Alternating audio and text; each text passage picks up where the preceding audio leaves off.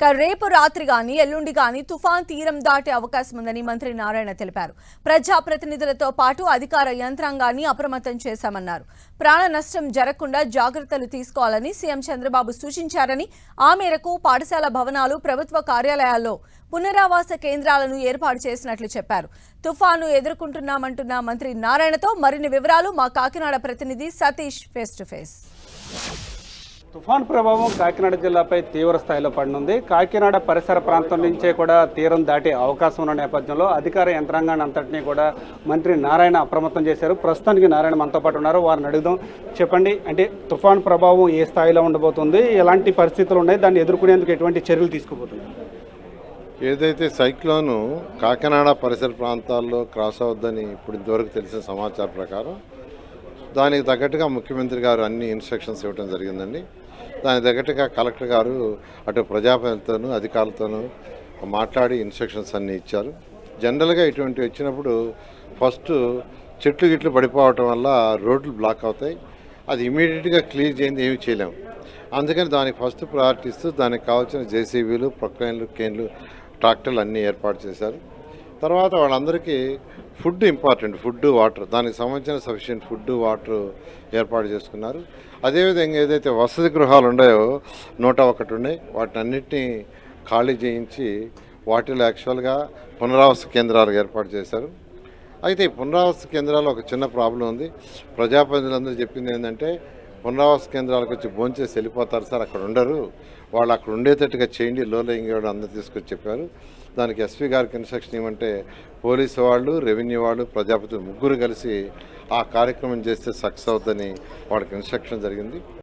జనరల్గా ఇది జరిగినప్పుడు ఫస్ట్ వైర్లు దిగిపోతాయి, స్తంభాలు పడిపోతాయి, ఎలక్ట్రిసిటీ పోతుంది. ఈరోజు ఎలక్ట్రిసిటీ లేనిది ఏది జరగదు. అందుకని ఏదైతే తుఫాను ఎఫెక్ట్ ఉండని జిల్లాల నుంచి దాదాపు 1000 మంది విద్యుత్ ఎంప్లాయీస్ని ఇక్కడికి తీసుకొచ్చి పోస్ట్ చేశారు. ఎటువంటిది వచ్చినా ఇమ్మీడియట్గా యాక్షన్ తీసుకొని పునరుద్ధరించే విధంగా. అదేవిధంగా ఈ బోట్స్ ఏదైతే ఉన్నాయో 617 బోట్స్ సముద్రంలో ఉండే వాటిలన్నింటినీ బయటికి తీసుకొచ్చి క్రీక్లో పెట్టి సేఫ్గా పెట్టాం. అదేవిధంగా ఏటకి ఎవరిని పోవద్దని చెప్పడం జరిగింది. ఈ విధంగా అన్ని చర్యలు తీసుకున్నారు. అన్నిటికంటే ఇంపార్టెంట్ ఏలేశ్వరం ఏదైతే ఉందో రిజర్వాయర్, దాంట్లో 24.11 టీఎంసీ వాటర్ ఉంది. అది 21.5 టీఎంసీకి ఆపి ఈ యొక్క వాటర్ వచ్చేదాన్ని బట్టి చూసుకొని వదలటానికి నిర్ణయించుకున్నాను. ఎందుకంటే ఒకవేళ ఓవర్ఫ్లో అయితే పక్కనున్న గ్రామాలు మునిగిపోతాయి. ఆ విధంగా ఈ యొక్క డిజాస్టర్ సంబంధించి అన్ని రకాల చర్యలు తీసుకోవడం జరిగింది. అంటే తీర ప్రాంతంలో ఉన్న ప్రజలకు కానీ లేకపోతే మిగిలిన ప్రజలకు కానీ ఎటువంటి సూచనలు చేయబోతున్నారు ఈ తుఫాన్ ప్రభావం? ఒకటేనండి, సోషల్ మీడియాలో రకరకాలుగా ఒక్కొక్కరు పెడుతున్నారని అవేవి నమ్మొద్దు. ప్రభుత్వం జిల్లాలో అయితే కలెక్టర్ గారు అనౌన్స్ చేస్తుంటారు. అదేవిధంగా ప్రభుత్వం టీవీల ద్వారా చాలా క్లారిటీగా చెప్తుంది.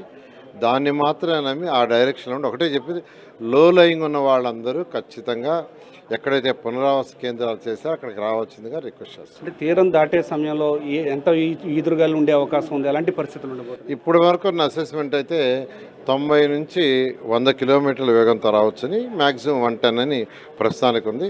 దాని డైరెక్షన్ బట్టి ఎప్పటికప్పుడు తెలుస్తుందంటే అది ఎప్పటికప్పుడు ప్రభుత్వం అనౌన్స్ చేస్తుంది. ఇది పరిస్థితి. ప్రస్తుతానికి అయితే మాత్రం ఇప్పుడు ప్రస్తుతం చూసుకుంటే కనుక అంటే కాకినాడ పరిసర ప్రాంతం నుంచి తీరం దాటే అవకాశం ఉన్న నేపథ్యంలో అధికార యంత్రాంగాన్ని అంతటినీ కూడా అప్రమత్తం చేస్తూ ఎట్టి పరిస్థితుల్లో అంటే తుఫాను ప్రభావం ద్వారా వచ్చే నష్టాన్ని తగ్గించేందుకు, ఆ నష్టాన్ని తట్టుకునేందుకు, ఇటు ఎటువంటి ప్రాణ నష్టం లేకుండా బయటపడేందుకు అయితే మాత్రం అధికార యంత్రాంగాన్ని అంతటినీ అలర్ట్ చేశామని చెప్పి మంత్రి నారాయణ చెప్తున్నారు. ఇది ఇక్కడ పరిస్థితి. కెమెరా పర్సన్ చైతన్యతో సతీష్, 10 టీవీ, కాకినాడ నుండి.